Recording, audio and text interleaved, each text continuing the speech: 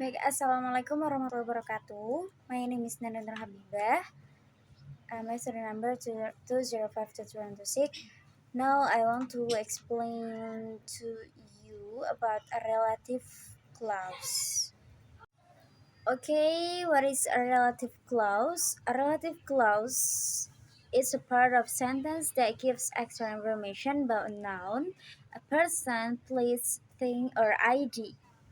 It usually comes right after the noun and starts with a relative pronouns like who, which, that, or a relative adverb like where, when, or why. For example, the girl who is wearing a red dress is my sister. And this is the book that I borrowed yesterday. Type of relative clause. There is two type of relative clause, divining relative clause and non-divining relative clause. This type gives essential information about the noun. Without it, we would know who or what is being talked about. For example, the man who lives next door is my teacher. Non-divining relative clause. This type gives extra, non-essential information.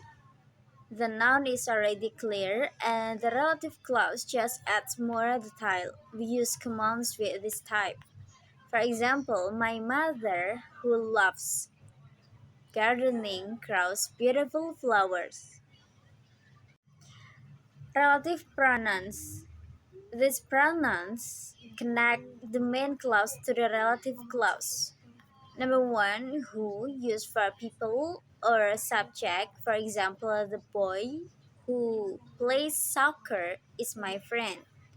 Number two, whom, used for people or object. For example, the teacher whom we respect is very kind. Number three, whose shows position. For example, the girl whose phone was stolen is crying. Number four, which, used for a thing or animals. For example, the movie which I watched was great.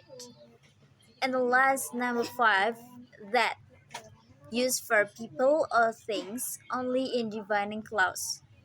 This only in dividing clause. For example, the book that I read was amazing. Relative adverbs. These are used when the extra information relates to place, time, or reason. There is where refers to a place. For example, this is the house where I was born. Number two, when refers to a time.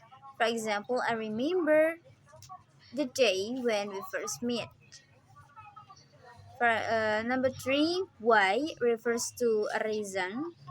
For example, I don't know the reason why he is late. So you can do the exercise question, guys, in this slide.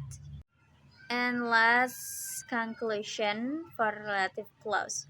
Relative clause are an important part of English grammar that help add more detail about a noun in a sentence.